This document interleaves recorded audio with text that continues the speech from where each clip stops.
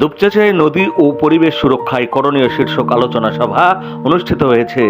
17 জুলাই শুক্রবার সকালে দুপচাঁচিয়া পৌরসভার মিলনায়তনে বাংলাদেশ পরিবেশ আন্দোলন বাপার বগুড়া জেলা কমিটির আয়োজনে ওই আলোচনা সভা অনুষ্ঠিত হয়। জেলা কমিটির সিনিয়র সহসভাপতি অ্যাডভোকেট মোজাম্মেল হকের সভাপতিত্বে ও সিনিয়র যুগ্ম সম্পাদক ফজলে রাব্বি দলারের সঞ্চালনায় এতে বক্তব্য দেন উপদেষ্টা অ্যাডভোকেট আতাউর রহমান খান মুক্তা, সম্পাদক জিয়াউর রহমান, যুগ্ম সম্পাদক অ্যাডভোকেট আজাদ তালুকদার, মোতাসির বিল্লাহ শিমুল, কোষাধ্যক্ষ জাকিয়া সুলতানা, সদস্য আক্তারি রহমান, ব্যবসায়ী রেজ্জাকুল হায়দার রুনু, শোভা এনজিওর নির্বাহী পরিচালক আনারুল আজাদ লিটন প্রমুখ। অনুষ্ঠান শেষে বিভিন্ন গাছের চারা বিতরণ করা হয়।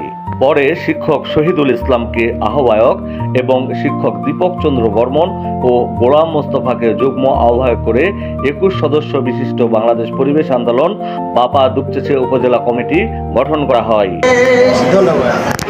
সন্ধানের ডেস্ক, দুপচাঁচিয়া, বগুড়া।